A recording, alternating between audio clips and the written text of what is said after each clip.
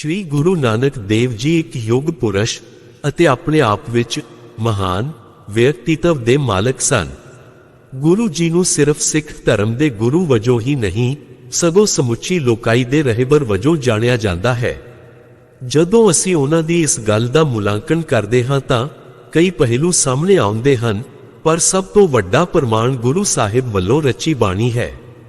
ਉਹਨਾਂ ਨੇ ਜਪਜੀ ਸਾਹਿਬ, ਸਿੱਧ ਗੋਸ਼ਟ, ਵਾਰਾਂ, 12 ਮਾਹ, ਛੰਤ, ਪੱਟੀ, ਸਲੋਕ, ਅਲਾਹੁਣੀਆਂ, ਖਿੱਤੀ ਆਦਿ ਰਚਨਾਵਾਂ ਦੀ ਰਚਨਾ ਕੀਤੀ। ਗੁਰੂ ਨਾਨਕ ਦੇਵ ਜੀ ਨੇ ਜਦ ਦੇਖਿਆ ਕਿ ਮਾਨਵਤਾ ਹਨੇਰੇ ਵਿੱਚ ਹੀ ਫਸੀ ਹੋਈ ਹੈ ਤਾਂ ਉਹਨਾਂ ਨੇ ਆਪਣਾ ਸਾਰਾ ਜੀਵਨ ਹੀ ਲੋਕਾਈ ਦੇ ਹਿੱਤ ਵਿੱਚ ਲਗਾ ਦਿੱਤਾ। ਕਾਜ਼ੀ, ਬ੍ਰਾਹਮਣ ਅਤੇ ਜੋਗੀ ਤਿੰਨੋਂ ਹੀ ਲੋਕਾਈ ਨੂੰ ਕੁਰਾਹੇ ਪਾ ਰਹੇ ਸਨ। ਇਸ ਤੋਂ ਇਲਾਵਾ ਧਰਮ ਨੂੰ ਹਿੱਸਿਆਂ ਵਿੱਚ ਵੰਡ ਦਿੱਤਾ ਗਿਆ। ਸਮਾਜ ਵਿੱਚ ਬ੍ਰਾਹਮਣਾਂ ਨੂੰ ਉੱਚਾ ਰੁਤਬਾ ਦਿੱਤਾ ਗਿਆ, ਜਦਕਿ ਨੀਵੀਂ ਜਾਤੀ ਦੇ ਲੋਕਾਂ ਦੀ ਹਾਲਤ ਬੇਹੱਦ ਤਰਸਯੋਗ ਹੋ ਗਈ ਸੀ। ਇਸ ਹਨੇਰੇ ਨੂੰ ਦੂਰ ਕਰ ਸਕੇ ਕੋਈ ਕਿਤੇ ਨਜ਼ਰ ਨਹੀਂ ਆ ਰਿਹਾ ਸੀ। ਫੁਰਮਾਨ ਹੈ, ਕਲ ਕਾਤੀ ਰਾਜੇ ਕਾਸਾਈ, ਧਰਮ ਪੰਖ ਕਰ ਉਡਰਿਆ, ਕੂੜ ਅਮਾਵਸ ਸੱਚ ਚੰਦਰਮਾ, ਦੀਸੈ ਨਹੀਂ ਕਹਿ ਚੜਿਆ। ਉਸ ਸਮੇਂ ਮੁਸਲਮਾਨ ਲੋਕ ਰਾਜ ਦੇ ਹੰਕਾਰ ਵਿੱਚ ਸਨ ਅਤੇ ਹਿੰਦ ਲੋਕ ਬਿਲਕੁਲ ਹੀ ਗੁਲਾਮੀ ਵਿੱਚ ਦੱਬੇ ਹੋਏ ਸਨ। श्री गुरु नानक देव जी ने अपनी बाणी विच लिखिया है, कादी कूड़ बोल मल खाए, ब्राह्मण नावे जिया काए, जोगी जुगत ना जाने अंध, तीने उजाड़े का बंद। काजी वद्दी लैके झूठे फतवे दिंदा सी अते कुरान दे गलत अर्थ करके हुक्मरानां नूं गलत रस्ते पाउंदा सी। इन्हां नूं सिद्धे रस्ते पाउण लई गुरु साहिब ने 4 उदासियां कीतियां। तीजी उदासी तो पिछों कुछ समा गुरु जी करतारपुर रहे। इस समय दौरान आप जी दे माता पिता जी अकाल चलाना कर गए सन। यह समा 1518 ईस्वी दे लगभग दा है। इस समय ही गुरु जी ने पश्चिमी देशां वल जाण दी तैयारी कीती। गुरु जी करतारपुर तो चल के तलवंडी, शकरपुर, डेरा गाजी खां हुंदे होए सिंध दे रस्ते हिंदुस्तान दे हाजियां नाल मक्के पहुंच गए। इस बारे भाई गुरदास जी ने अपनियां वारां विच गुरु साहिब दे मक्के दी फेरी दा जिक्र कीता है अते काबा किवें घुम्मिया इस दा वेरवा भी दिता है।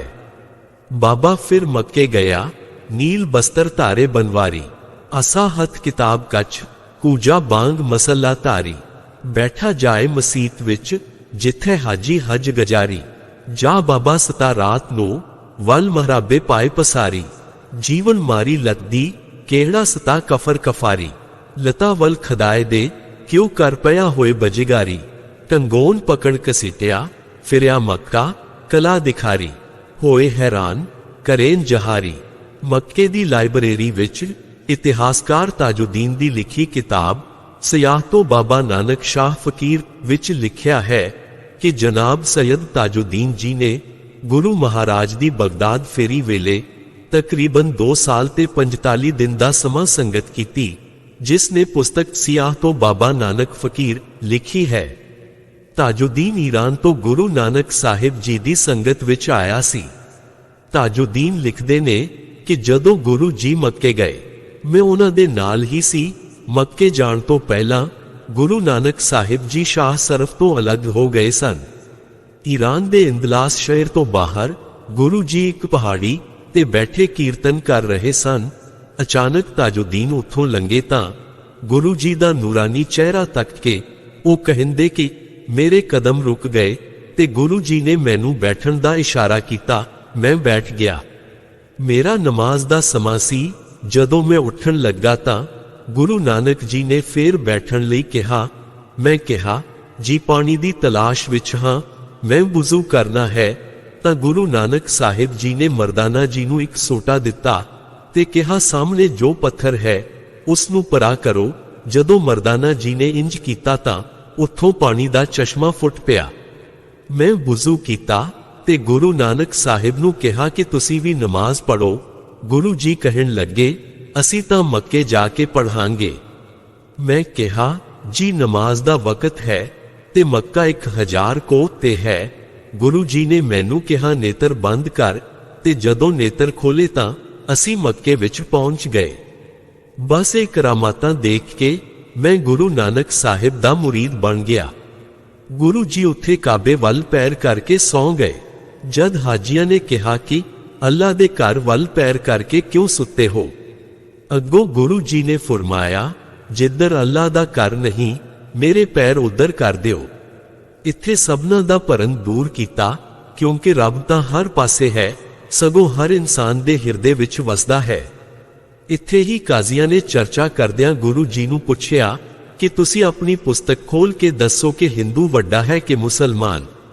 गुरु जी ने फरमाया, शुभ अमलां बाजो दोनों रोई। भाव चंगा वो है जिस दे अमल चंगे हन, क्योंकि रब दी दरगाह विच शुभ अमलां दा मुल है। उत्थे निशानी वजों सतगुरां ने काजी रुकनदीन नूं पैरां दियां खड़ावां दित्तियां। ताजुद्दीन लिखदे हन कि काबा खाना ने गुरु जी दियां परिक्रमा कीतियां। ਇਹ ਕੌਤਕ मैं अपनियां ਅੱਖਾਂ नाल तक्या सी। काजी जीवन ते काजी रुकनदीन गुरु जी दे प्रेमी बने। काजी रुकनदीन ने परमारथ दे 360 सवाल गुरु नानक देव जी नूं पुछे सन। गुरु नानक साहिब दे जाण तो बाद मक्के दे अमीर ने काजी रुकनदीन ते फतवा जारी करवा दिता कि यह काफिर है ते 7 तरह दे तसीहे काजी रुकनदीन नूं दिते गए, पर काजी जी दा वाल भी विंगा ना होया।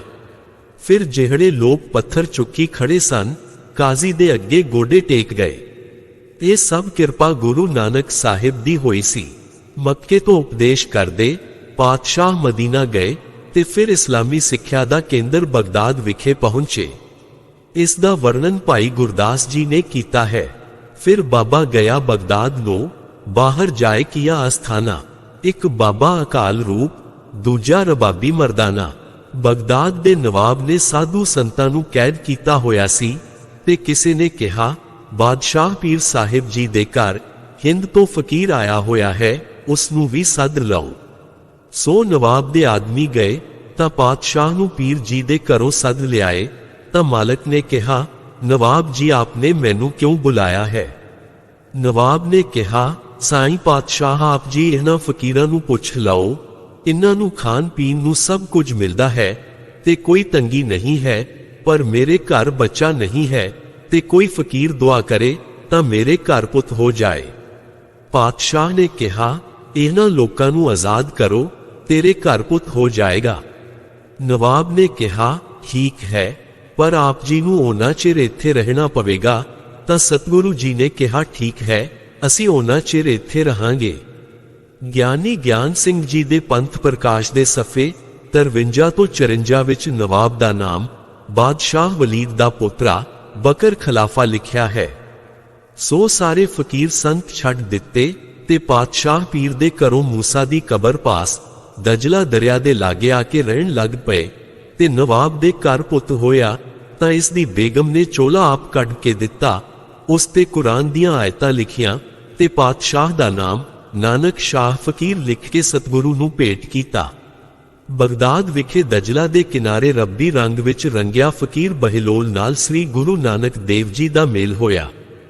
ज्ञान दियां गल्लां चलियां अते सतगुरु जी दी शख्सियत ने पीर नूं दीवाना बना दिता।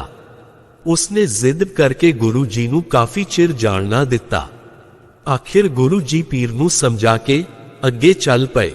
पीर बहिलोल उस तो बाद 60 साल जिउंदा रहा, पर उसकी खामोश परीत एक मिसाल बन गई। जिथे बैठ के गुरु साहिब इस नाल वार्तालाप करते सन, ये उस पत्थर दे सामने सिजदा करके बैठ गया अते डूंगी चुप धारण कर लई। ना ये किसे नाल बोलदा सी, ना किसे नूं मिलदा सी अते ना किसे दी गल सुनदा सी। इस दी अनोखी दास्तान नूं सुन के अते इस दी डूंगी सरशारता नूं देख के लोग इस दी मानता करन लगे। बादशाह आप पेटावां लैके नतमस्तक होया, पर पीर ने अख पुट के भी ना देखा। 1920 विच नार्वे विच वसदे सन्यासी आनंदाचार्य ने उस थां दे दर्शन करके देखा कि उत्थे एक अरबी भाषा दी इबारत खुनी हुई है, जिस दा तर्जुमा यूं है, इस थां उत्ते गुरु नानक जी ने फकीर बहिलोल नाल बचन कीते। जदों गुरु जी ईरान तो वापस चले गए, बहिलोल दी रूह उन्हां दे बचना ते टिकी रही, जिवें शहद भरे सरगी प्रकाश नाल चमके गुलाब उत्ते शहद दी मक्खी टिकी हुंदी है। ਬਗਦਾਦ ਵਿੱਚ ਸ੍ਰੀ ਗੁਰੂ ਨਾਨਕ ਦੇਵ ਜੀ ਦੀ ਯਾਦ ਵਿੱਚ ਇਤਿਹਾਸਕ ਗੁਰਦੁਆਰਾ ਸਾਹਿਬ, ਜਿਸ ਨੂੰ ਕੱਟੜਪੰਥੀਆਂ ਵੱਲੋਂ ਤਬਾਹ ਕਰ ਦਿੱਤਾ ਗਿਆ ਸੀ, ਦੇ ਪੁਨਰ ਨਿਰਮਾਣ ਲਈ ਸਰਕਾਰ ਨੇ ਉਤਸੁਕਤਾ ਜ਼ਾਹਿਰ ਕੀਤੀ ਹੈ।